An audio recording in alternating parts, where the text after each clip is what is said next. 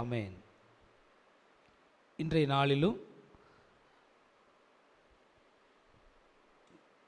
தேவ சமூகத்திலே உங்கள் யாவரையும் நான் காண்பதிலே மிகுந்த மகிழ்ச்சி அடைகிறேன்.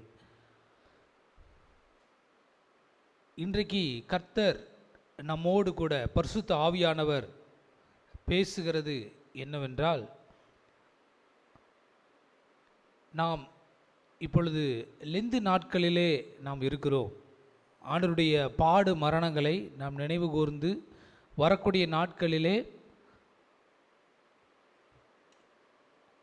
அவருடைய பாடு மரணத்தையும் உயிர்த்தெழுதலையும் நாம் நினைவு கூர்ந்து கொண்டாட இருக்கிறோம். ஆமென், ஹல்லேலூயா. எனவே அதை முன்னிட்டு சிலுவை என்றால் என்ன, ஏன் கர்த்தர் ஆண்டவராகிய இயேசு கிறிஸ்து சிலுவையில் அவர் மரித்தார், அந்த சிலுவை நமக்கு என்ன கற்றுக் கொடுக்கிறது என்பதை குறித்து தான் இன்றைய நாட்களிலே பரிசுத்த ஆவியானவர் நம்மோடு இடைப்பட போகிறார். ஆமென், ஹல்லேலூயா.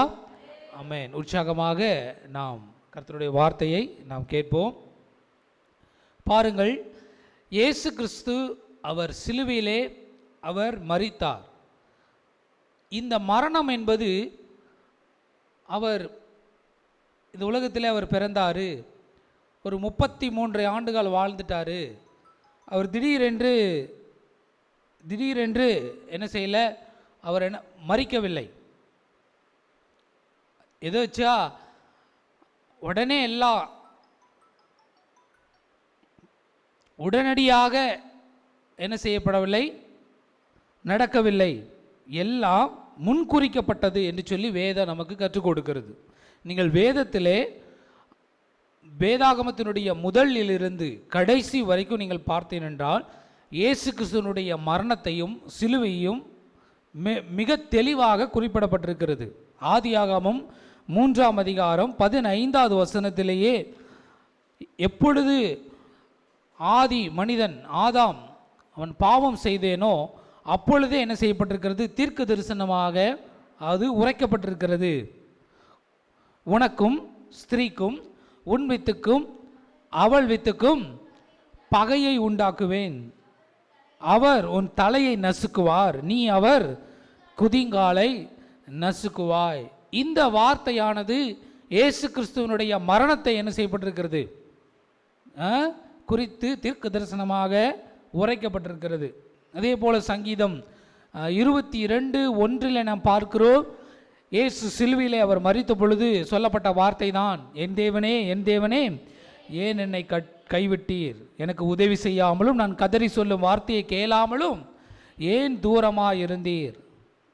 அதன் பிறகு ஏசாயா புஸ்தகத்தில் நாம் வரும்பொழுது 53ஆம் அதிகாரம் அனைவருக்கும் தெரிந்தது தான், மெய்யாகவே அவர் நம்முடைய பாடுகளை ஏற்றுக்கொண்டு நம்முடைய துக்கங்களை சுமந்தார், நாமோ அவர் தேவனால் அடிக்கப்பட்டு வாதிக்கப்பட்டு சிறுமைப்பட்டவன் என்று எண்ணினோம். இப்படியாக அவர் நம்முடைய நிமிடத்தில் நிமித்தம் காயப்பட்டார், அக்கிரமங்களினாலே அவர் நொறுக்கப்பட்டார் என்று சொல்லி அந்த சிலுவையினுடைய பாடுகளை குறித்து என்ன செய்யப்பட்டிருக்கிறது, தீர்க்க தரிசனமாக உரைக்கப்பட்டிருக்கிறது.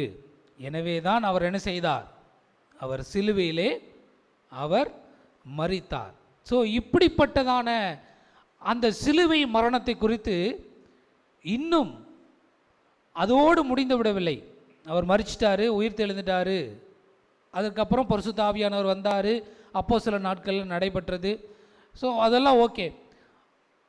அதன் பிறகும் கடைசியாகவும் பரலோகமும் அவரை குறித்து என்ன சொல்லுகிறது, வெளிப்படுத்தின விசேஷம் 13ஆம் அதிகாரம் 8வது வசனத்தில் சொல்லப்பட்டிருக்கிறது.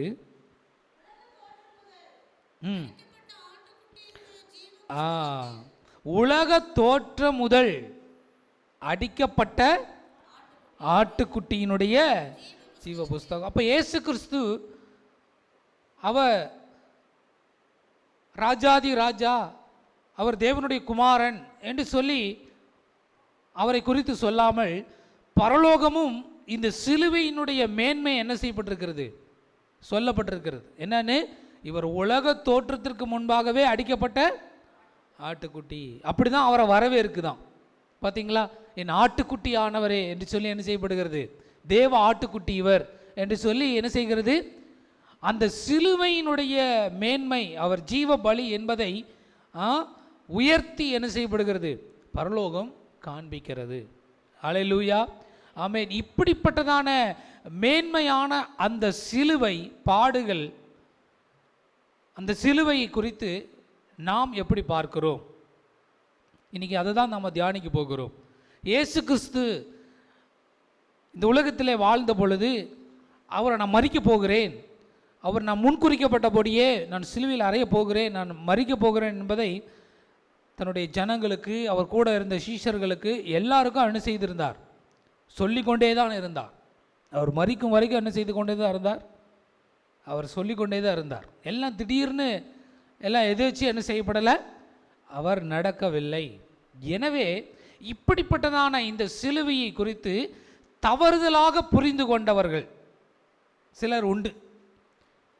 இயேசு கிறிஸ்துவோடு கூட இருந்து சிலுவை பாடு மரணங்களோடு கூட தொடர்புடைய சில 5 நபர்களை குறித்து நான் உங்களோடு கூட பகிர்ந்து கொள்ள இருக்கிறேன். அவர்கள் எப்படி சிலுவையை எப்படி பார்த்தாங்க, ஏன் அவங்க தவறுதலாக புரிந்து கொண்டாங்க, இன்னைக்கு இயேசு கிறிஸ்துவை ஆராதிக்கிற நாம், அவரை இரட்சகராக ஏற்றுக்கொண்ட நாம் எப்படி சிலுவையை நாம் பார்க்கிறோம்?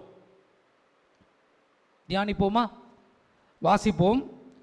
பிலிப்பியருக்கு எழுதின நிருபம் 6ஆம் அதிகாரம் 2ஆம் அதிகாரம். பிலிப்பியருக்கு எழுதின நிருபம் 2ஆம் அதிகாரம் எடுத்துக்கொள்வோம். யாவரும் இந்த வசனத்தின் அடிப்படையிலிருந்து தான் நாம் சிலுவையை குறித்து நாம் தியானிக்க இருக்கிறோம். 6வது வசனத்திலிருந்து வாசிப்போம்.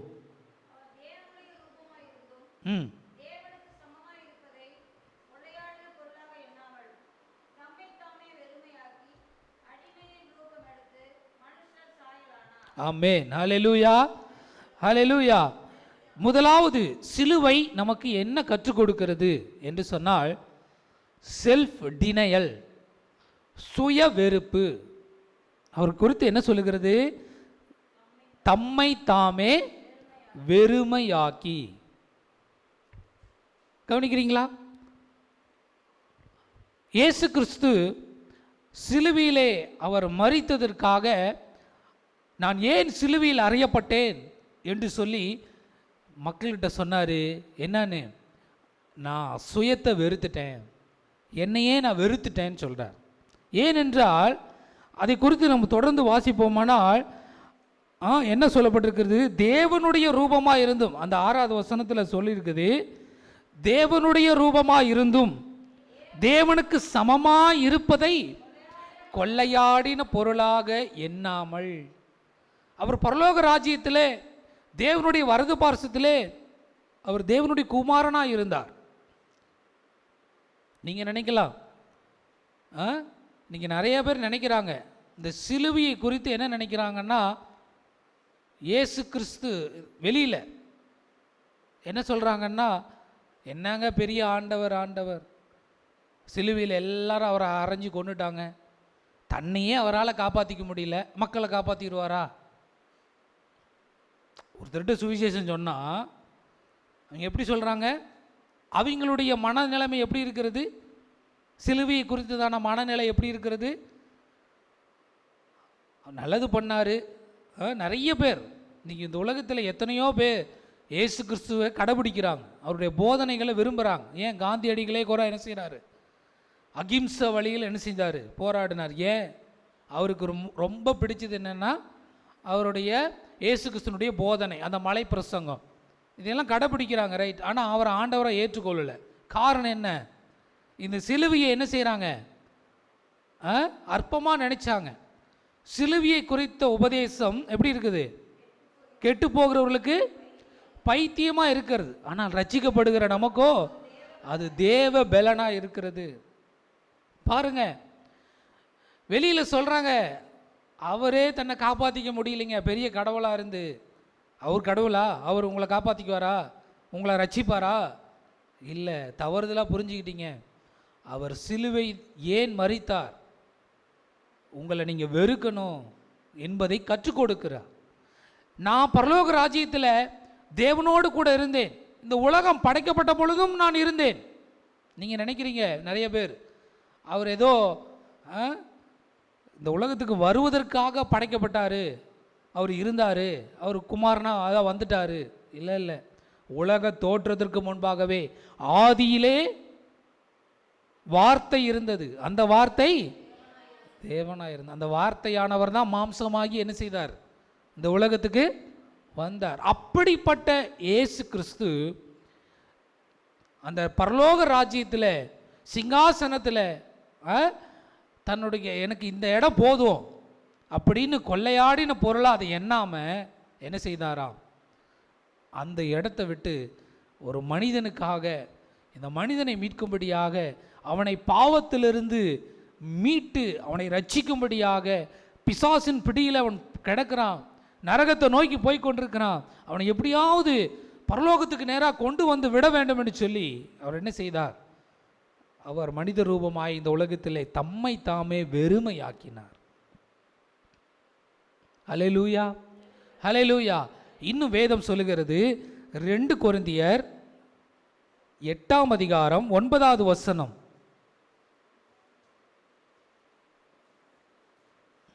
2 கொரிந்தியர் 8ஆம் அதிகாரம் 9வது வசனம். நம்மளுடைய கர்த்தராகிய இயேசு கிறிஸ்துவின் அவருடைய கிருபை, அவருடைய இரக்கத்தை, அன்பை அறிஞ்சிருக்கிறீங்களே, அவர் ஐஸ்வர்யம் உள்ளவராய் இருந்தும் நீங்கள் ஐஸ்வர்யவான்கள் ஆகும்படிக்கு தான் உங்கள் நிமித்தம் தரித்திரர் ஆனாரே. எவ்வளவு தெளிவாய் வேதவசனம் நமக்கு கற்றுக் கொடுக்கிறது. ஹல்லேலூயா, ஹல்லேலூயா, ஆமென். பிரியமானவர்களே, சுயத்தை வெறுக்க வேண்டும். அவர் ஐஸ்வர்யவானாக இருந்தாராம், எல்லாம் சகல சம்பத்துடையவராக இருந்தார். எப்படி இருந்திருக்கும் அந்த பரலோக ராஜ்யம்? அதையெல்லாம் அந்த மேன்மையை விட்டுட்டு என்ன செஞ்சிட்டாராம், வெறுத்து இதை நான் வெறுக்கிறேன், அடிமையாக இந்த உலகத்துக்கு அவர் பிறந்து தனக்கு என்ன தேவைன்னு சொல்லி அதை நினைக்காம, வேதம் சொல்லுகிறது தனக்கானவைகள்ல பிறனுக்கானவைகளையே நோக்குவானாக. தேவ சித்தம் என்ன, அவருடைய விருப்பம் என்ன, என் விருப்பம்லாம் அப்புறம், பிதா என்ன விரும்புகிறார், ஆகிலும் என் சித்தத்தின்படி அல்ல உம்முடைய சித்தத்தின்படியே ஆக கடவது, அவருடைய சித்தத்தை நிறைவேற்றவே வந்தேன் என்று சொல்றார். அப்ப அப்படிப்பட்டதான வருஷம் வருஷம் இந்த சிலுவையும் பாடுகளையும் நினைவு கூறுகிறனா, குட் ஃப்ரைடே கொண்டாடுகிறனா, இந்த லெந்து நாட்களை அனுசரிக்கிறனா, இந்த சிலுவையை குறித்து நாம் எப்படி சிந்திக்கிறோம்? நம்மளுடைய சுயத்தை வெறுத்து விட்டோமா? நம்மளுடைய சுய ஆசைகளையும் இன்பங்களையும் நான் வெறுத்துட்டோமா? இல்லை இல்லை இல்லை இல்லை.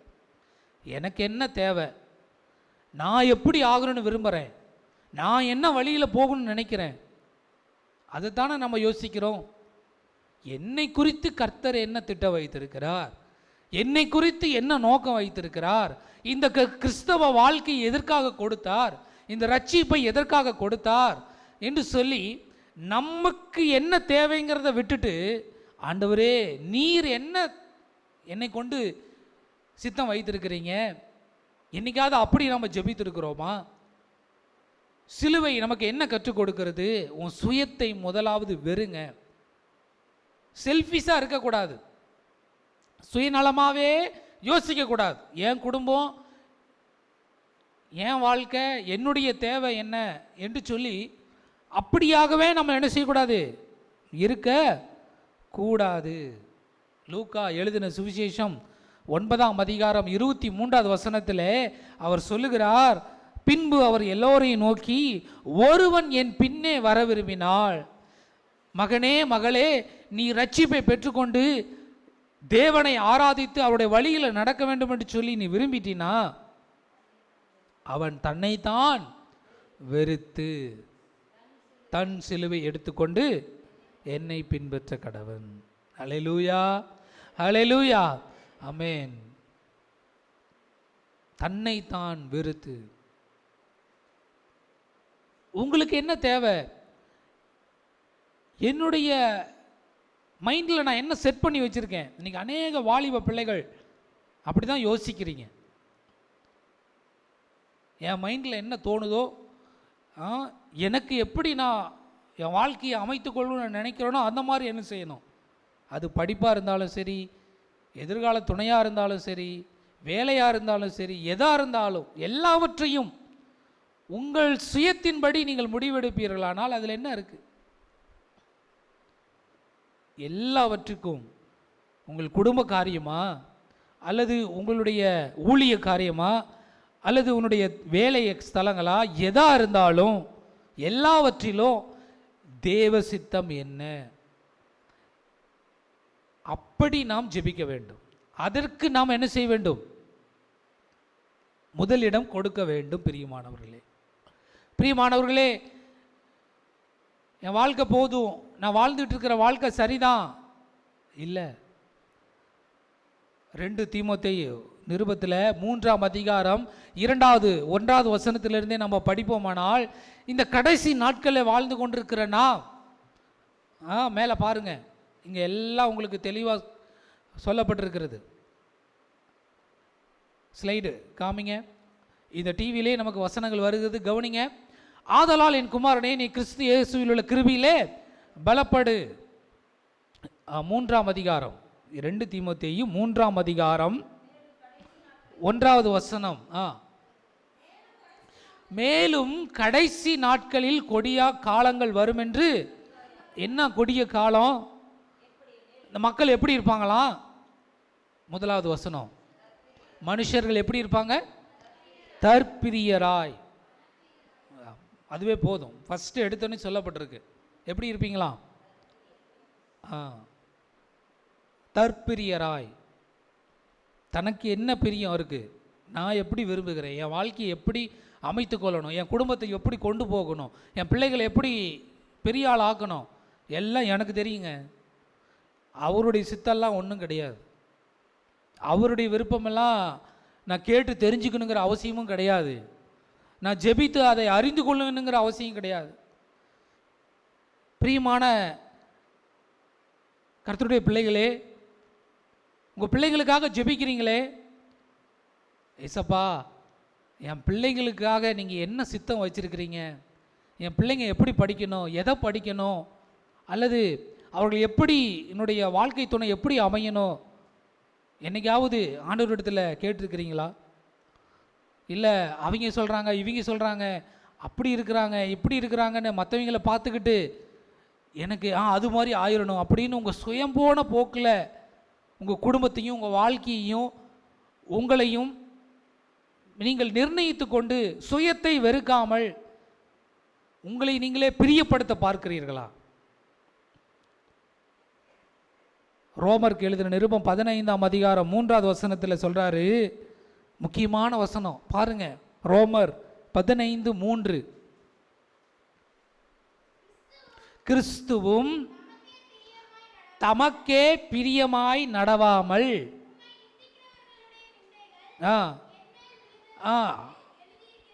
இயேசு எப்படி சொன்னாராம்? இயேசு எப்படிப்பட்டவராக இருந்தார்? தமக்கே பிரியமாய் நடவாமல். ஒரு துளி கூட அவர் எனக்கு என்ன பிரியமாக இருக்குது அப்படி அவர் என்ன செய்யலை, அவர் வாழவே இல்லை. யூதாஸ் என்ன பண்ணிட்டான்? இந்த சிலுவை பாடுகள் மரணத்தை குறித்து தேவ சித்தம் என்ன என்கிறத அவன் என்ன செய்யலை, அறிந்து கொள்ளலை. அதனால தான் என்ன செஞ்சிட்டான், சுயமாக யோசித்து சுயமாக என்ன செஞ்சிட்டான், முடிவு எடுத்துட்டான். பார்த்து தான் இவர் காட்டி கொடுத்தாலும் பிரச்சனை கிடையாது. ஏன்? இவர் எத்தனை அற்புதம் செஞ்சார்.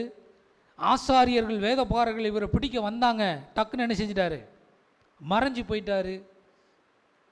அதனால் நமக்கு என்ன தேவை? பணம் தேவை, கிடைச்சிரும், நம்ம போய் சொல்லிடலாம். இப்படி தான் மனக்கோட்டை கட்டியிருந்தான். இப்படி தான் அவனுடைய சிந்தனையெல்லாம் இப்படி தான் இருந்தது. அதனால தான் இந்த சிலுவை பாடுகளை குறித்து, சிலுவையை குறித்து அவன் சரியாக புரிந்து கொள்ளாமல் ஒரு சுயநலத்தோடே அவன் வாழ்ந்து கொண்டு வந்தான். இயேசுவோடு கூட தான் இருந்தான், அவரோடு ஒரு சீசன்தான், அவங்ககிட்ட தான் பணப்பையெல்லாம் கொடுத்துருந்தார். பணத்தை பார்த்து பார்த்து எண்ணமும் அப்படியே என்ன செஞ்சிருச்சு, அவருடைய சித்தம் என்னன்னு என்ன செய்யலை, புரிந்து கொள்ளாமையே போய்விட்டான். சபைக்கு வருகிறோம், அவரை ஆராதிக்கிறோம், அவருடைய பிள்ளையாக இருக்கிறோம். சில நேரங்களில் பிசாசு இந்த உலக காரியங்களையே காமிச்சு என்ன செஞ்சிடறான், தேவ சித்தத்தை உங்கள் வாழ்க்கையில் நிறைவேற்ற முடியாதபடி அப்படியே கண்களை குருடாக்கி, இல்லை எல்லாம் அப்படி ஆயிரும், எல்லாம் சரியாயிரும். கடைசியாக அவனுடைய நிலைமை எப்படி இருந்தது? ஏன் தூக்கி எறிஞ்சான் காசை தெரியுமா? அவனுக்கு அவசியம் இல்லையே, காசு தான் முக்கியம்னு என்ன செஞ்சுருப்பான். ஏன் வரணும்? அவரை போயிட்டானே, ஆண்டவரை காட்டி கொடுத்துட்டுமே, அவர் என்ன செஞ்சிட்டாரு, இப்போ பாடுகளை அனுபவிக்கிறாரேன்னு இப்போ தான் அவனுக்கு புரியுது. காட்டி கொடுத்துட்டேன், போச்சு, அவர் மறைஞ்சி போயிடுவார்னு நினச்சி இப்போ என்னாச்சு, சிலுவையில் அறைய போகிறாங்களே, அதை நான் பார்க்க முடியாதுன்னு போய் என்ன செஞ்சிட்டான், நாண்டு கொன்று சேர்த்தான். நீங்கள் எப்படி தான் சில நேரங்களில் நம்ம சுயமாக முடிவெடுத்து என் வாழ்க்கையை நான் இப்படி அமைச்சிக்கிறேன் அப்படி பண்ணிக்கிறேன்னு சொல்லி தான் கடைசி என்ன செஞ்சிடறோம், ஏமாந்து போய் நின்றுறோம். யூதாஸ் சிலுவையோடு அந்த பாடு மரணங்களோடு தொடர்புடைய முதல் மனிதன் யூதாஸ். சிலுவை நமக்கு என்ன கற்றுக் கொடுக்கிறது? சுயத்தை வெறுக்க வேண்டும். ஹல்லேலூயா, ஹல்லேலூயா, ஆமென். இரண்டாவது சிலுவை நமக்கு என்ன கற்றுக் கொடுக்கிறது? பிலிப்பியர் 2ஆம் அதிகாரம்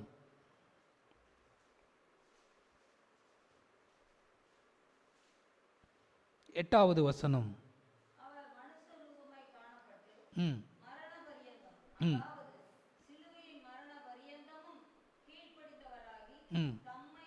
தம்மை தாமே தாழ்த்தினார். ஹல்லேலூயா, ஹல்லேலூயா, ஆமென். இரண்டாவது நாம் பார்க்கிறோம், இயேசு கிறிஸ்து மனுஷ ரூபமாய் காணப்பட்டார். மரண பரியந்தம், சிலுவையின் மரண பரியந்தமோ கீழ்ப்படிந்து தம்மை தாழ்த்தினார். ஹல்லேலூயா, தாழ்மை, ஹியூமிலிட்டி. இரண்டாவது நாம் கற்றுக்கொள்ளக்கூடிய சிலுவை நமக்கு என்ன கற்றுக் கொடுக்கிறது? தாழ்மையாக இருங்க, இயேசுவை போல. அவருக்கு சகல அதிகாரம் இருந்தது, அவர் செய்யக்கூடாத அற்புதமே கிடையாது. அவர் சொன்னா காற்றும் கடலும் இறையாவே அமைதலாக இருந்துச்சு. ஆனால் இந்த லெந்து நாட்களில் இருக்கிற நாம் என்னைக்காவது மத்தேயு 26ஆம் அதிகாரம் அல்லது லூக்கா 23ஆம் அதிகாரம் அல்லது மார்க்கு 15 அந்த சிலுவை தியானங்களை நீங்கள் வாசித்து பார்த்துருக்கீங்களா? ஆண்டவருடைய அந்த பாடு மரணங்களை. இல்லைங்க, நாங்கள் குட் ஃப்ரைடே தான் கொண்டாடுறோம், அதெல்லாம் படிக்க மாட்டோம். அப்புறம் எங்கேருந்து நம்ம தாழ்மையை நம்ம கற்றுக்கொள்கிறது? அவன் பிடித்து இழுத்துட்டு போகிறான், அந்த போர் சேவகர்கள் காரி துப்புறாங்க, நீ பெரிய யூதருக்கு ராஜாவா, முள்முடி சூட்டி கேலி கிண்டல் பண்ணுறாங்க. அவர் எப்படி இருந்தார் தெரியுமா? வாய் திறவாத ஆட்டுக்குட்டியை போல் அவர் இருந்தார். ஏசாயா 53:7 சொல்லுகிறது, அவர் நெருக்கப்பட்டும் ஒடுக்கப்பட்டும் இருந்தார், ஆனாலும் தம்முடைய வாயை அவர் திறக்கவில்லை. அடிக்கப்படும்படி கொண்டு போகப்படுகிற ஒரு ஆட்டுக்குட்டியை போலவும், தன்னை மயிர்கத்திரவனுக்கு முன்பாக சத்தமிடாதிருக்கிற ஆட்டை போலவும் அவருடைய தம்முடைய வாயை திறவாது இருந்தார். ஆமென், ஹல்லேலூயா, ஹல்லேலூயா. பிரியமானவர்களே, சிலுவை நமக்கு என்ன கற்றுக் கொடுக்கிறது? தாழ்மை கற்றுக் கொடுக்கிறது. உங்களை நீங்க தாழ்த்துங்க.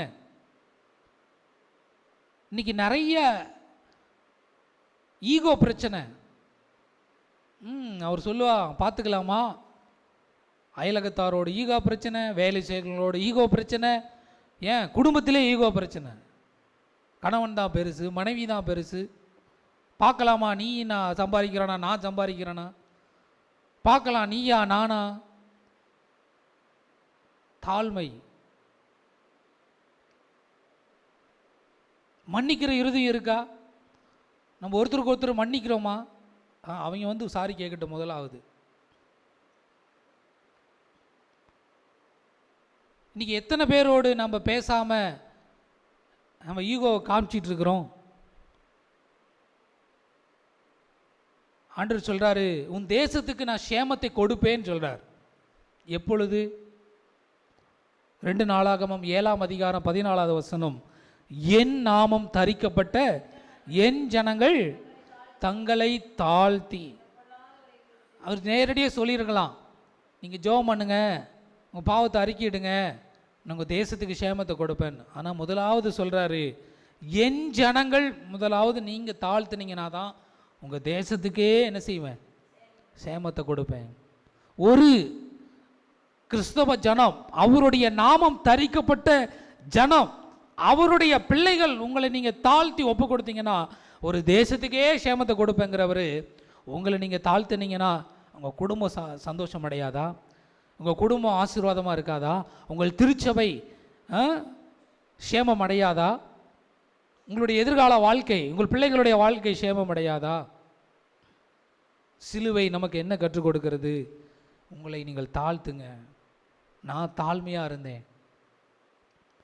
ஆண்டவர் சொல்கிறாரு, என்னிடத்தில் வந்து கற்றுக்கொள்ளுங்கள், நான் சாந்தமும் மனத்தாழ்மையுமாக இருக்கிறேன். ரொம்ப எளிமை, சிரமமெல்லாம் இல்லை, அது ரொம்ப ஈஸின்னு சொல்கிறார். மெதுவாக இருக்குது, லகுவாக இருக்குது. இந்த தாழ்மை குணத்தை தேவன் நம்மிடத்தில் எதிர்பார்க்கிறார். தாழ்மை உள்ளவர்களுக்கு தேவன் கிருபை அளிக்கிறார். ஏன் இயேசுவை சிலுவையில் அறைஞ்சாங்க தெரியுமா? ஆசாரியர்கள், வேதபாரர்கள், அந்த கூட்டமெல்லாம் சுற்றி சுற்றி வந்துச்சு. நீங்கள் யோவான் சுவிசேஷத்தில் வாசிச்சிங்கன்னா தெரியும். நான் வசனத்தை குறிப்பிடல, நேரம் ஆகிட்டே இருக்குது. அவங்க ஒரு வார்த்தை சொல்லுவாங்க, என்னன்னு, என்னப்பா ஏதோ அற்புதம் செய்கிறான், அடையாளம் செய்கிறான், இவன் தச்சனுடைய குமாரன், இவன் யோசேப்பு, இவனுடைய அப்பா யோசேப்பு, அம்மா மரியாள், இவனுக்கு சகோதரர்கள் சகோதரிகள் எல்லாம் இருக்கிறாங்க, இவன் நம்ம போல நினச்சேன், ஆனால் இவன் கொஞ்சம் வித்தியாசமாக இருக்கான்ப்பா. போக போக கூட்டம் போய்கிட்டே இருக்கு. எல்லா மக்களும் என்ன தேடி தான் வந்துக்கிட்டு இருந்தாங்க. ஒரு நியாயம் விசாரிக்கணுமா, செபிக்கணுமா, ஒரு தேவையா, எல்லாரும் ஆசாரியராக என்கிட்ட வந்தாங்க. வேதபாரர்கள் என்ன தேடி வந்தாங்க, எனக்கு முன்னுரிமை கொடுத்தாங்க. ஆனால் இப்போ காலம் போன பார்த்தா உலகமே அவன் பின்னாடி போய்விடு போட்டிருக்கு. இந்த வார்த்தையை சொன்னாங்க. எப்படி இருக்கும்? அப்போ கூட்டம், எத்தனை கூட்டம் இயேசு பின்னாடி போச்சு. ஏதோ அற்புதம் செய்கிறாங்கன்னு தான் போகிறாங்கன்னு பார்த்தா, அவர் போதிக்கிறாரு. 2 நாள் ஆனாலும் 3 நாள் ஆனாலும் கூட்டம் என்ன செய்யுது? போய்கிட்டே இருக்கு. இவனை முடிச்சு கட்டிடணும். இப்படி தான் ஆசாரியர்களும் வேதபாரர்களும் அந்த மாயக்காரர்கள் அப்படி தான் இருந்தாங்க. பெருமை நிறைந்தவர்களாக இருந்தாங்க. எனக்கு அந்த கூட்டம் வேணும், அந்த ஜனங்கள் என்ன தேடி வரணும், இவன் பின்னாடி எப்படி போகலாம். அதனால தான் என்ன செய்கிறாங்க, ஜனங்களை ஏவி விடுறாங்க. இயேசுவை எப்படியாவது வார்த்தையினால் சொல்லி அவரை எப்படியாவது என்ன செய்யணும், குற்றம் கண்டுபிடிச்சி அவரை ஜனங்க முன்னாடி அவமானப்படுத்தணும். எதேதோ பிளான் பண்ணாங்க. ஆனால் நம்மளுடைய பிரதான ஆசாரியர் அப்படிப்பட்டவர் அல்ல. அவர் நம்மை தாழ்மையுள்ளவராக இருந்தார், நம்மை தாழ்த்தினார். பிரியமானவர்களே, நீங்கள் எப்படி இருக்கிறீங்க? தாழ்மையுள்ளவர்களாக இருக்கிறீங்களா? மிஷினரிகளுக்கெல்லாம் தந்தை வில்லியம் கேரி, மிஷினரிகளுக்கெல்லாம் தந்தை வில்லியம் கேரி, அவரை குறித்த சரித்திரம் உங்களுக்கு தெரியும். அவர் என்ன தொழில் செஞ்சிட்டு இருந்தார் சொல்ல முடியுமா யாராவது? வில்லியம் கேரி இந்தியா வந்தார். பெண்கள் உடன்கட்டை ஏறும் பழக்கம், அந்த தீண்டாமையை ஒழிச்சார்.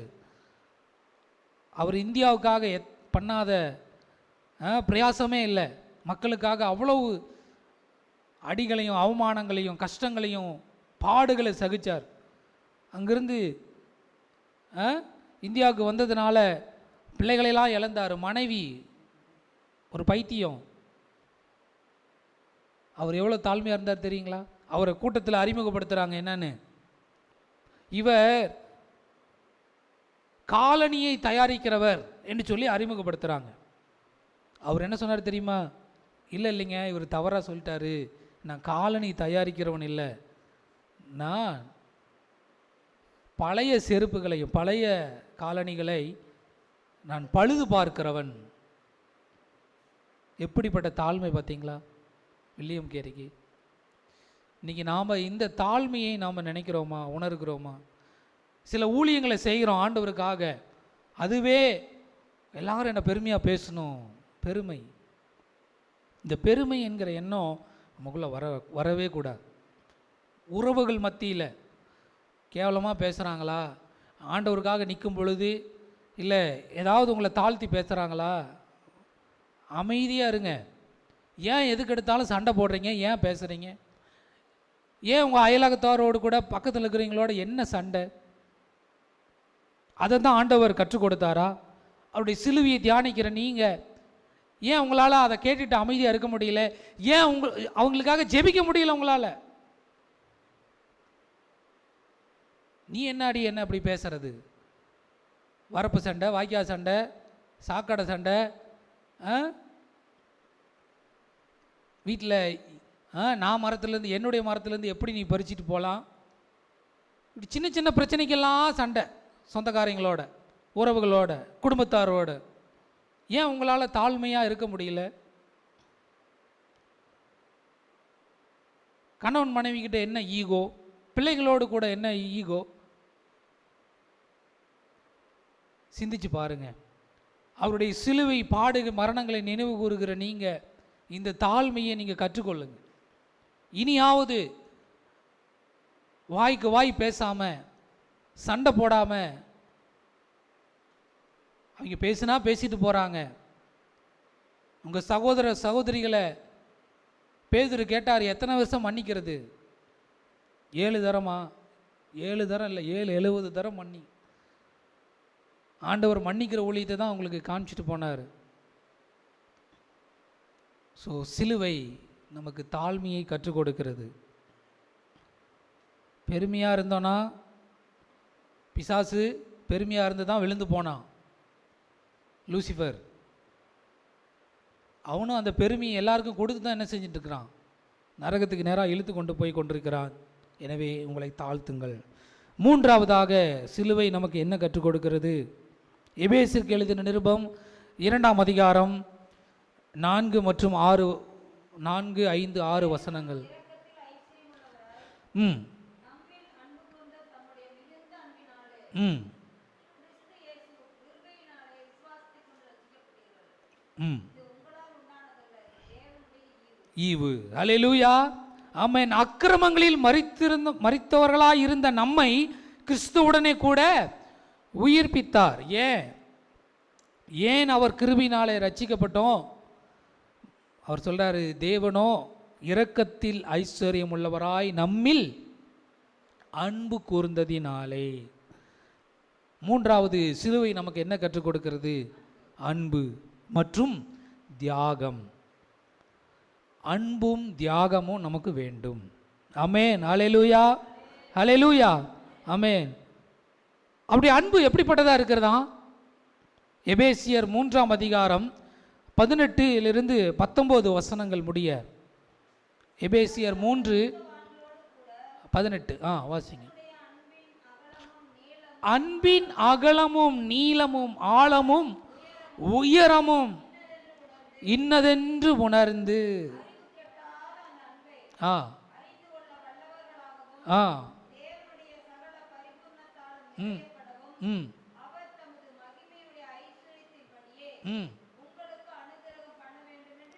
ஆமென். அப்போஸ்தலனாகிய பவுல் எபேசியருக்கு சொல்றாரு, தன் சபையாருக்கு என்னன்னு, அந்த அறிவு கெட்டாத அன்பை நீங்க என்ன செய்யுங்கப்பா? அறிந்து கொள்ள நீங்க வல்லவர்களா இருக்கணும். அந்த அன்பை நீங்க உணரணும், அந்த தியாகத்தை நீங்க உணரணும். அன்பின் ஒரு எல்லையே இல்லை. நம்மக்கிட்ட எந்த தகுதியும் அவர் எதிர்பார்க்கல. அவர் மரணத்தை எடுத்துக்கொண்டார், சிலுவையை ஏற்றுக்கொண்டார். ஏன்? தியாகம், தியாகமுள்ள அன்பு, அகாப்பே அன்பு. இன்னைக்கு நாமெல்லாம் எப்படி அன்பு கூறுறோம்? எப்படி இருந்தாலும் திரும்ப நமக்கு மொய் செய்வாங்கங்கிறது தான் நம்ம என்ன செய்கிறோம். அது மாதிரி எப்படி இருந்தாலும் நமக்கு கொடுத்து தான் ஆகும். நம்ம ஏதாவது இன்னைக்கு ஒன்று செய்கிறோம் அப்படின்னா திரும்ப நம்மகிட்ட இருந்து எதிர்பார்க்குறோம். நான் உனக்கு அன்னைக்கு செஞ்சல்ல, நான் உனக்கு அன்னைக்கு உதவி செய்தல்ல.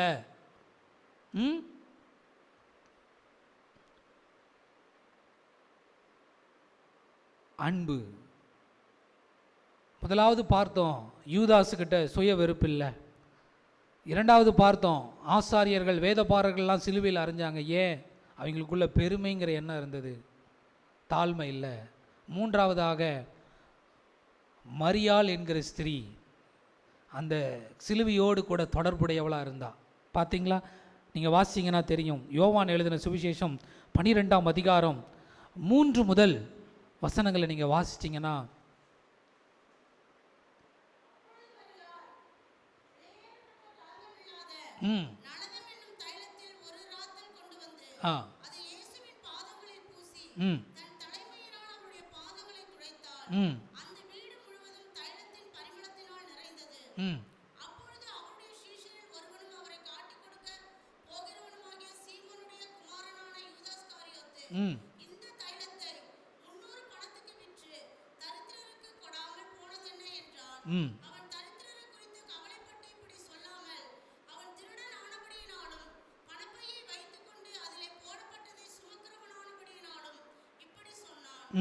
தொடர்ந்து வாசிங்க.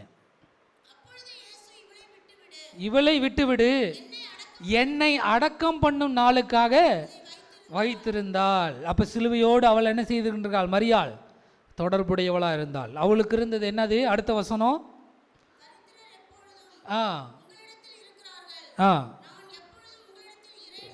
ஆமென். பாருங்க, மரியாள் என்கிற ஸ்திரீ தன்னிடத்தில் வைத்திருந்த விலையேற பெற்ற அந்த பரிமள தைலத்தை அப்படியே உடைத்து அவருடைய பாதத்தில் ஊற்றி கண்ணீரினாலே அவளுடைய பாதங்களை நனைத்து தன் தலைமயிரினாலே அவள் துடைத்தாள். ஏன்? இதே வசனம்தான், இதே இந்த காரியம் லூக்கா எழுதின சுவிசேஷத்திலையும் சொல்லப்பட்டிருக்கிறது. குறித்து கொள்ளுங்கள். 7ஆம் அதிகாரத்தில் 44 47 வசனம் வரைக்கும் சொல்லப்பட்டிருக்கிறது. அவளை குறித்து ஆண்டவர் சொல்றாரு, ஏன் இதை செஞ்சாலாம்?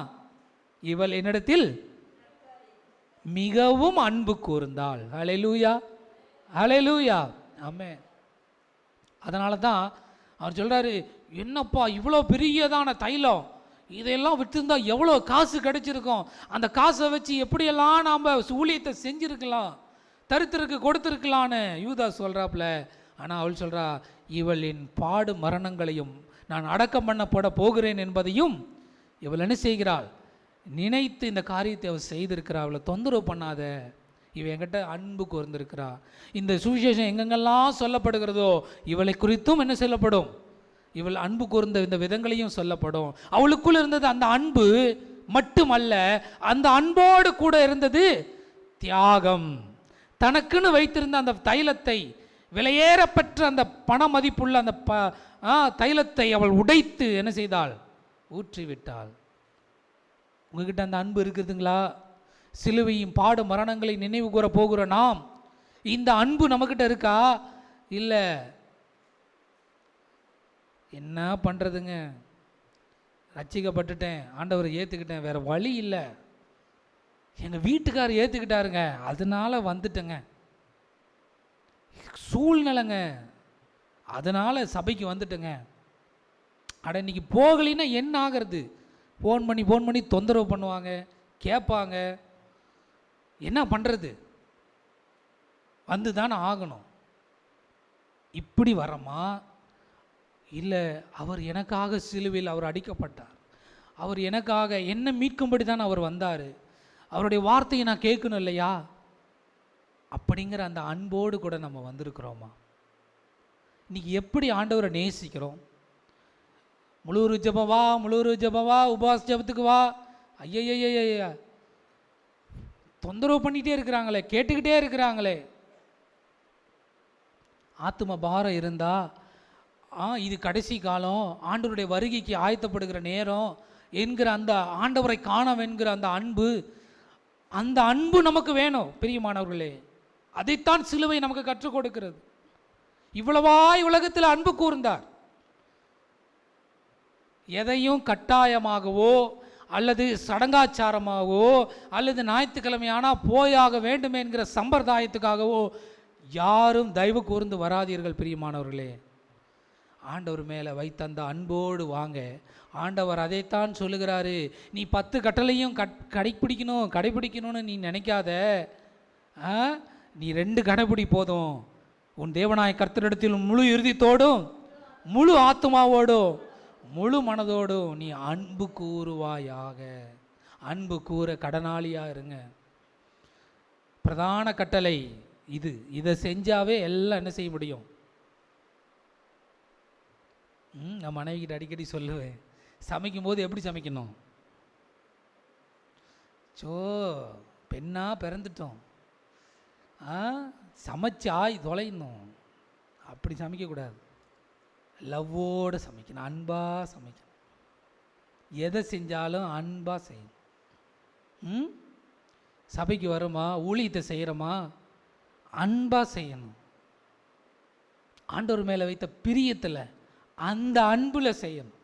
அப்போ எல்லாமே என்ன இருக்கும், சந்தோஷமாக இருக்கும். அது தனி, அந்த சுவையே தனி.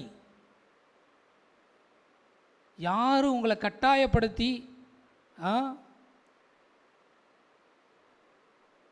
கஷ்டப்படுத்தி உங்களை வற்புறுத்தி என்ன செய்யலை வரணுங்கிறது இல்லை. அந்த மரியாள் அதை நன்கு தெரிந்திருந்தார். எவ்வளவு அன்புள்ளவர் அவர். அவர்கிட்ட போய் இதையெல்லாம் நம்ம கணக்கு பார்த்துக்கிட்டு இருக்கலாமா?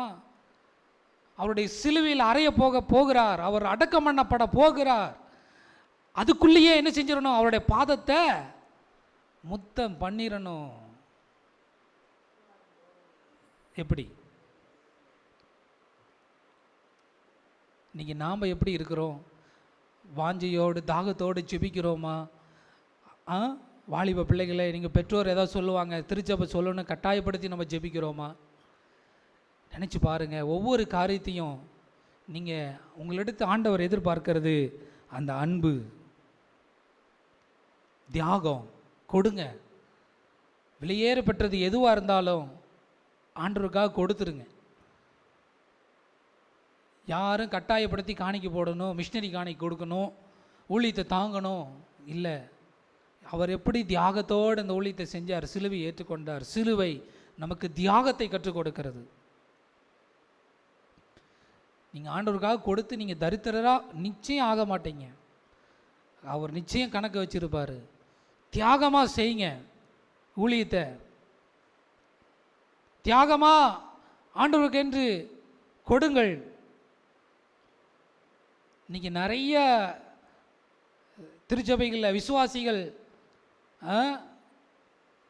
போயிட்டாங்க, அதாவது போயிடுறாங்க. ரீசன் என்னென்னா, அவர் ரொம்ப கட்டாயப்படுத்துகிறாரு, எங்களைய அதிகம் கட்டாயப்படுத்துகிறாரு. இல்லை, நீங்கள் அன்போடு நீங்கள் தியாகத்தோடு செய்யுங்க.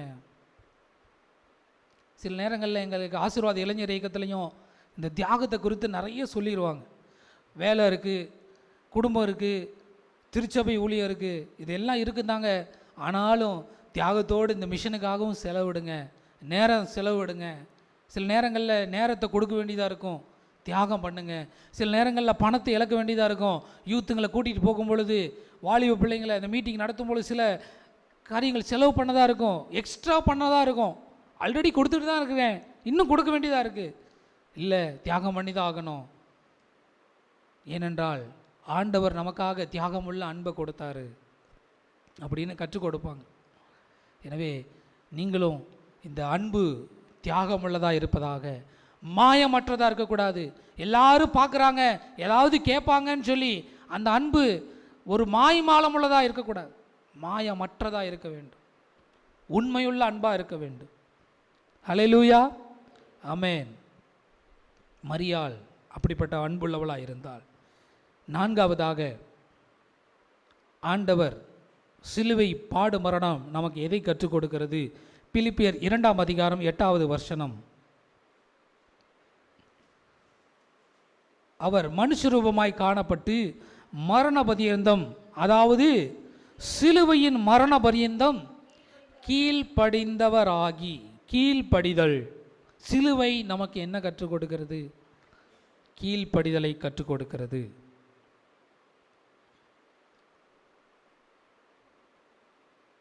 இந்த கீழ்ப்படிதல் இயேசு கிறிஸ்துவிடமிடம் இருந்தது. அவர் ஒப்பு கொடுத்தார். அவரை நிறைய சோதிக்கிறான் பிசாசு. ஆரம்ப நாட்களில் வந்த பொழுது, நான் உமக்கு எல்லாம் தருகிறேன், இந்த உலகம் அனைத்தும் என் கையில் தான் இருக்குது, என்ன பணிந்து கொள். கீழ்ப்படிச்சிட்டாரா பிசாசுக்கு? நான் தேவன் ஒருவரை தவிர வேறு ஒருவருக்கும் நீ ஆராதனை செய்யாதிருப்பாயாக. அவர் கீழ்ப்படிந்தார். தன்னுடைய சித்தத்தை, தேவனுடைய திட்டத்தை அவர் நிறைவேற்றி முடித்தார். அந்த கீழ்ப்படிதலை முழுமையான ஒரு கீழ்ப்படிதல், அதை தான் தேவன் எதிர்பார்க்கிறார். நான் இங்கே யாரை உங்களுக்கு உதாரணம் காட்ட இருக்கிறேன்? யூத ஜனங்கள், இஸ்ரவேல் ஜனங்கள். இந்த கீழ்ப்படிதல் அவங்ககிட்ட இல்லை. ஆரம்ப நாட்களிலே ஆபிரகாம் தொடங்கி தான் இந்த இஸ்ரவேல் ஜனங்கள் வருகிறது.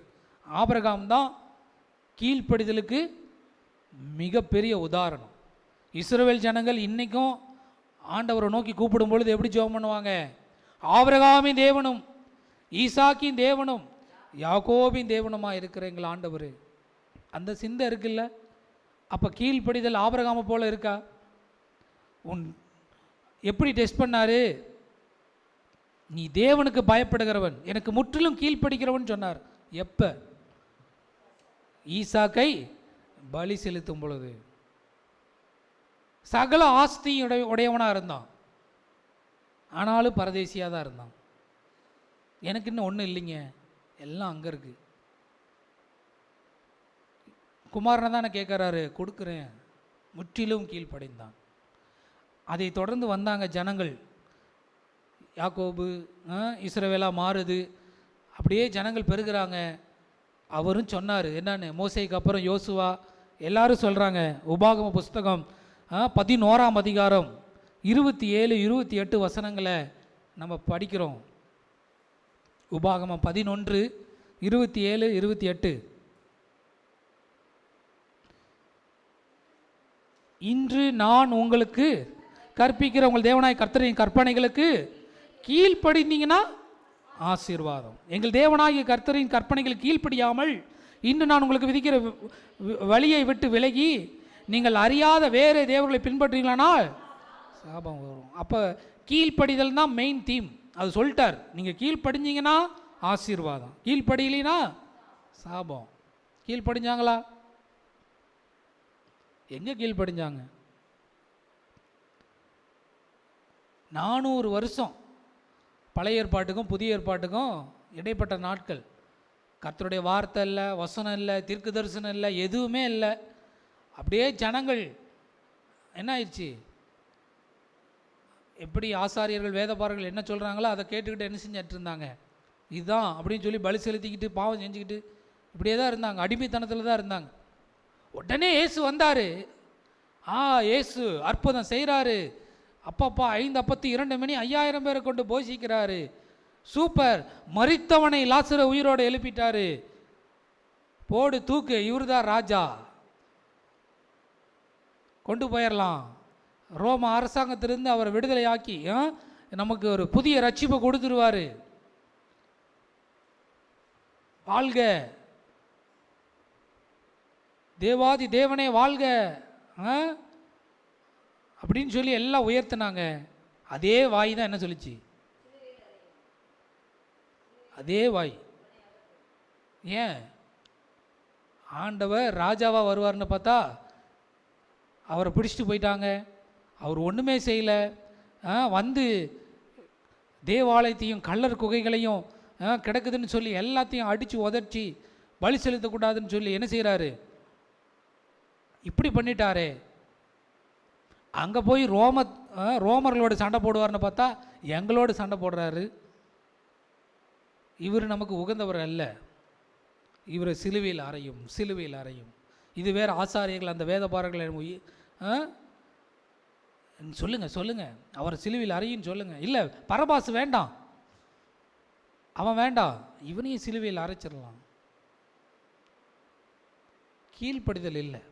அவருடைய வார்த்தை என்ன, அவருடைய வசனம் என்ன, என்ன சொல்லியிருக்குது, ஆபிரகாம்கிட்ட என்ன சொன்னார், அந்த சரித்திரங்களெல்லாம் வச்சிருந்து எல்லா தீர்க்க தரிசன வார்த்தைகளையும் வச்சிருந்த இஸ்ரவேல் ஜனங்கள் அதை படிக்கலை, அந்த வார்த்தைக்கு கீழ்ப்படியலை. இப்போ என்ன, எனக்கு என்ன தேவை, இப்படியே வாழ்ந்துட்டாங்க. அதனால தான் சிலுவையில் அறையும் சிலுவையில் அறையும் சொல்லி அந்த சிலுவை பாடுகளை அவர்கள் புரிந்து கொள்ளாமே போனாங்க. கீழ்ப்படிதலை தேவன் நமக்கு கற்றுக் கொடுக்கிறார். சாமுவேல்கிட்ட சொன்னார், சவுலிடம் சொன்னார், சவுலை புறக்கணித்தார், காரணம் பலியை பார்க்கலுக்கு கீழ்ப்படிதல் உத்தமம். அந்த அறகுறை கீழ்ப்படிதல்லாம் இல்லை, முழுமையான கீழ்ப்படிதலே கீழ்ப்படிதல். வேத வார்த்தைக்கு கீழ்ப்படிங்க. நாங்கள் சொல்கிறோம், திருச்சபையாக இந்த வேதத்தை ஏந்தி ஊழியக்காரங்க சொல்கிறோம், உன் குடும்பத்தை இப்படி நடத்து, உங்கள் வாழ்க்கையை இப்படி கொண்டு போங்க, உன் வாலிப வயசில் இப்படி இரு, தேவனுக்காக இதை செய்யுங்க, வேத வசனம் இதை தான் சொல்லுதுன்னு சொல்கிறோம். அவர் கிடக்கிறார், அவர் சொல்லுவாங்க, அவங்களுக்கு என்ன வேலை, என் மனசு என்ன விரும்புதோ அதை தான் நான் செய்வேன். சிலுவை கீழ்ப்படிதலை கற்றுக் கொடுக்கிறது. யோசித்து பார்ப்போம். கடைசியாக சிலுவை நமக்கு என்ன கற்றுக் கொடுக்கிறது? பிலிப்பியர் 2ஆம் அதிகாரம், இந்த வசனத்தை நீங்கள் வாசிச்சிங்கனாவே தெரியும். அவர் தேவனுடைய ரூபமாக இருந்து, மாறாத வசனத்திலிருந்து, தேவனுக்கு சமமாக இருப்பதை கொள்ளையாடின பொருளாக எண்ணாமல் தம்மை தாமை வெறுமையாக்கி அடிமையின் ரூபம் எடுத்து மனுஷர் சாயலானார். அவர் மனுஷ ரூபமாய் காணப்பட்டு மரண பரியந்தம், அதாவது சிலுவின் மரண பரியந்தம் கீழ்ப்படிந்தவராகி தம்மை தாமே தாழ்த்தினார். இதையெல்லாம் எதை குறிக்குது? ஆதலால். இதையெல்லாம் அவர் செஞ்சிட்டாருங்க. ஏன்? அவர் பிதா தனக்கு கொடுத்த வேலையை கரெக்டாக என்ன செய்து விட்டார்? அவர் செய்து முடித்து விட்டார். ஆதலால் தேவன் எல்லாவற்றிற்கு மேலாக அவரை உயர்த்தி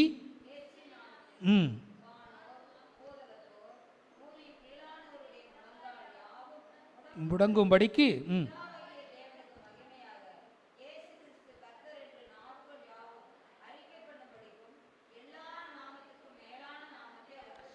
எல்லா நாமத்திற்கு மேலான நாமத்தை அவருக்கு தந்தருளினார்.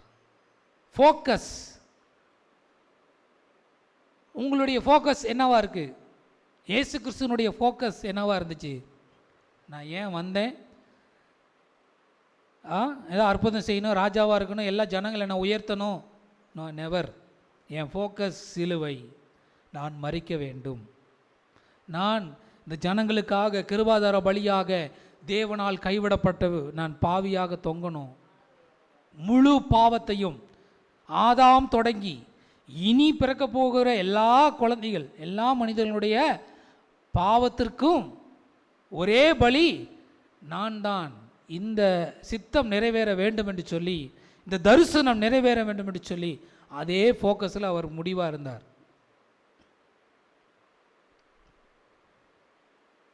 நம்மளுடைய ஃபோக்கஸ் என்னவா இருக்கு? முதலாவது யூதாசை குறித்து பார்த்தோம். சுய வெறுப்புள்ளவனாக, சுயத்தை அவன் வெறுக்கவில்லை. இரண்டாவது தாழ்மை. ஆசாரியர்கள், அந்த வேதபாரர்கள் அந்த சிலுவை தியானத்தில் வருகிறார்கள், அவர்களாம் என்ன இல்லை, தாழ்மை இல்லை, பெருமையுள்ளவர்களாக இருந்தாங்க. மூன்றாவது மரியாள், அவள் அன்பு செலுத்தினாள். நான்காவது இஸ்ரவேல் ஜனங்கள் கர்த்தருடைய வார்த்தைக்கு கீழ்ப்படியல. ஐந்தாவது சிலுவையோடு கூட தொடர்புடைய சீடன் பேதுரு, அவனை குறித்து என்ன பார்க்கிறோம்? அவனுடைய தரிசனம் எப்படி இருந்துச்சு? அவனுடைய ஃபோக்கஸ் எல்லாம் என்னவா இருந்துச்சு? வாசிப்போமா? மத்தேயு எழுதின சுவிசேஷம் 16ஆம் அதிகாரம். மத்தேயு 16ஆம் அதிகாரம் 15.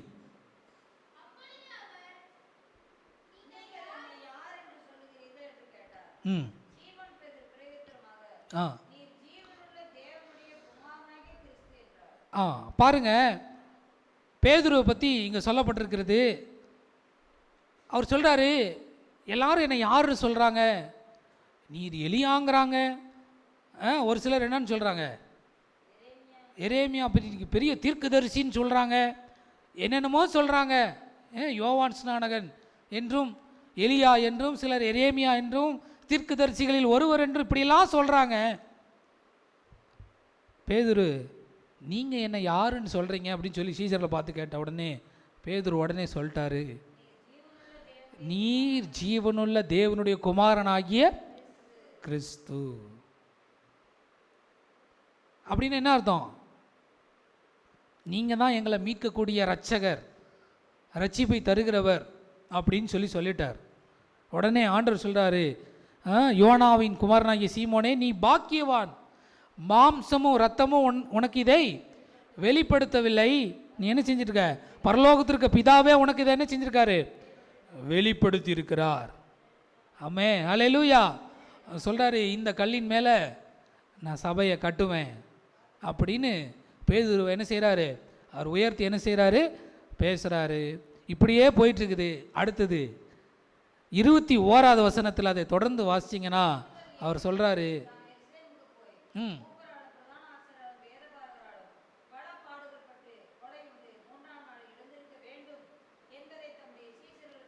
இப்படியே சொல்லிட்டு வந்தவர், பேதுருவை உயர்த்தி பேசினவர், கடைசி என்ன சொல்கிறாரு தெரியுமா?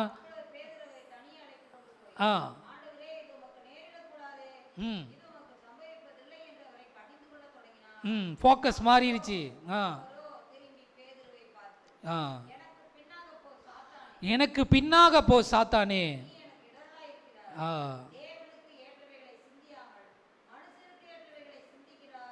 என்றார். பார்த்தீங்களா? ஹல்லேலூயா.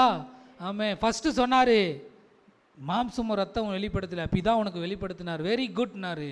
கடைசி என்ன ஆகிட்டாரு? அவன் ஃபோக்கஸ் மாறிச்சு. கிறிஸ்துன்னு சொல்லிட்டான். கிறிஸ்துன்னா என்னது? இவர் தான் ரட்சகர், இவர் தான் எனக்காக பாடுபடணும், இவர் தான் என்னை மீட்கணும். தீர்க்க தரிசனங்களில் எல்லா வசனத்துலேயும் அதுதான் சொல்லப்பட்டிருக்கிறது. அவர் தான் பிறந்தார், கரெக்டு தான், ரைட்டு.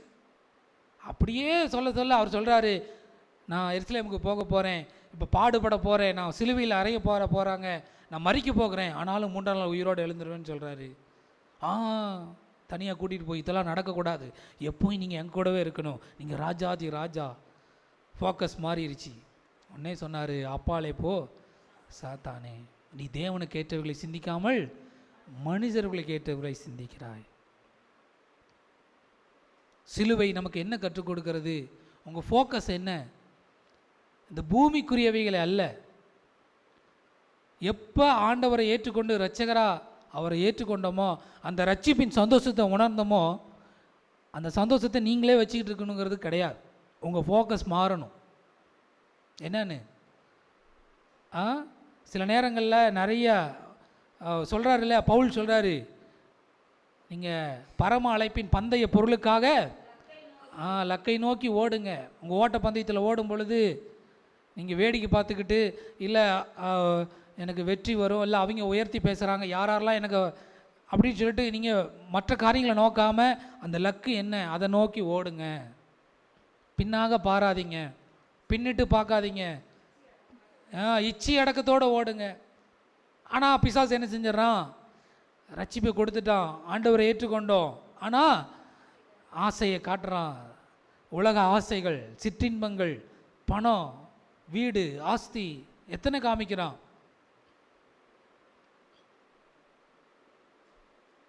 அப்போ நம்மளுடைய ஃபோக்கஸ் எப்படி இருக்குது?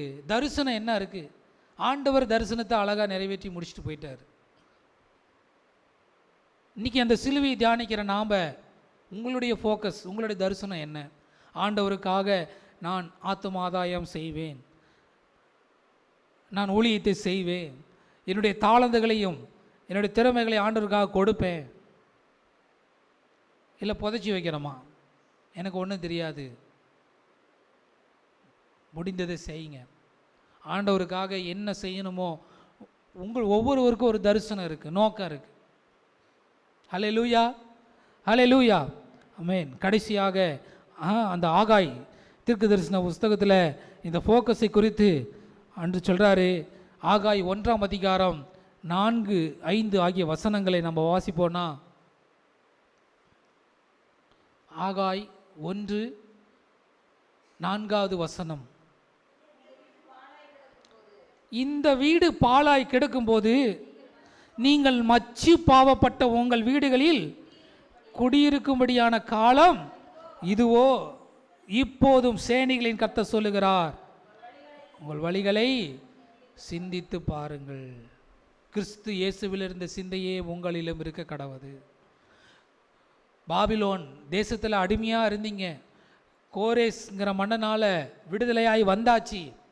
வந்ததுக்கப்புறம் எருசலேம் நகர் எல்லாம் தீக்கரை ஆயிடுச்சு. இப்போ எல்லாரும் என்ன பண்ணிட்டு இருக்கிறீங்க?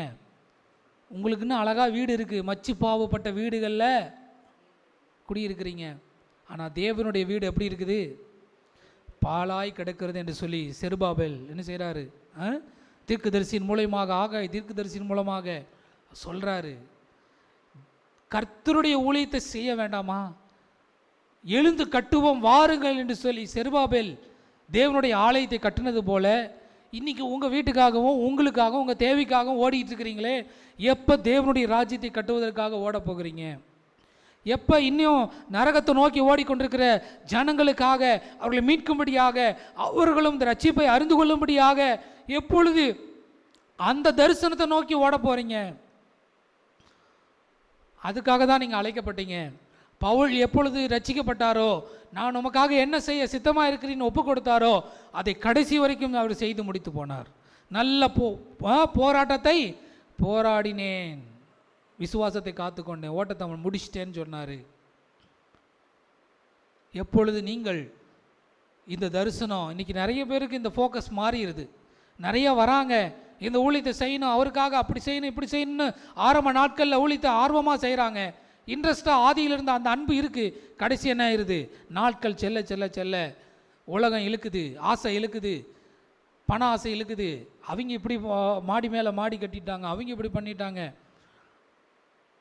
பண்ணுங்க, எல்லாம் ஆசீர்வாதம் ஆண்டவர் தருவார். உங்களை தரித்திரராக வைக்கிறதுக்காக ஆண்டவர் என்ன செய்யலை, எல்லாவற்றையும் தருவார். நீங்கள் ஆண்டவருக்காக என்ன செய்ய போகிறீங்க? உங்கள் வீடு, உங்கள் ஆஸ்தி, உங்களை இப்படியே உங்களை பற்றியே யோசிச்சுட்டு இருக்க போகிறீங்களா? அல்லது பிதா உங்களுக்கு வெளிப்படுத்துகிற வண்ணமாக உங்களை மாற்றிக்கொள்ள போகிறீங்களா? பேதுரு தன்னை மாற்றிக்கிட்டார். அவர் எப்பொழுது அந்த கிறிஸ்துவனுடைய அன்புக்குள்ளே வந்தாரோ, சிலுவை எதற்காக என்பதை அவர் புரிந்து கொண்டாரோ, அப்பொழுதே என் ஆடுகளை மேய்ப்பாயாக என்று சொல்லி தன்னை அர்ப்பணித்து, நீங்கள் தான் கொலை செய்தீர்கள் என்று சொல்லி அவர் சாட்சியாக இருந்து அவர் எத்தனை அற்புதங்களை செய்தார். அவர் நிழல் பட்டவங்களாம் சொஸ்தமானாங்க. கடைசியாக பேதுரு எப்படி மரித்தார் தெரியுமா? சொல்ல முடியுமா யாராவது?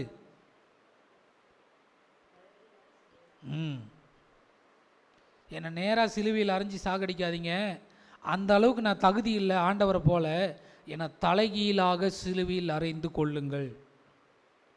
இந்த பாடுகளை ஏற்றுக்கொண்டார் பேதுரு. எப்படி? தரிசனத்தை, அந்த ஃபோக்கஸை அவர் திரும்பவும் சிலுவைக்கு நேராக கொண்டு வந்தார், கிறிஸ்து இயேசுவுக்கு நேராக கொண்டு வந்தார். இந்த சிந்தை உங்களுக்கும் இருக்க கடவுது. கண்களை மூடி நாம் ஜெபிப்போம். கேட்ட சத்தியத்தின்படியாகவே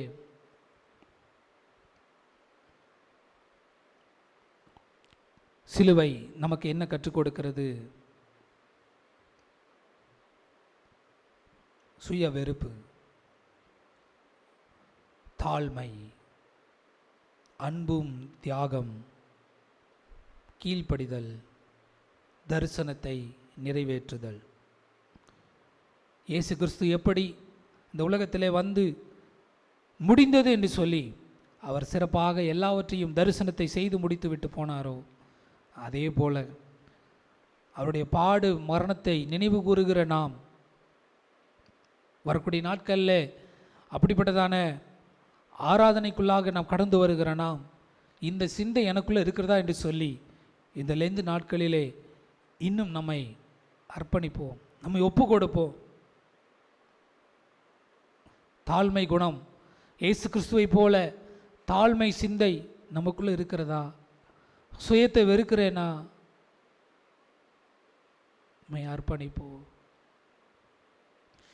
பலியான செம்மறி பாவங்கள் எல்லாம் சுமந்து தீர்த்தவரே. பலியான செம்மறி பாவங்கள் எல்லாம் சுமந்து தீர்த்தவரே.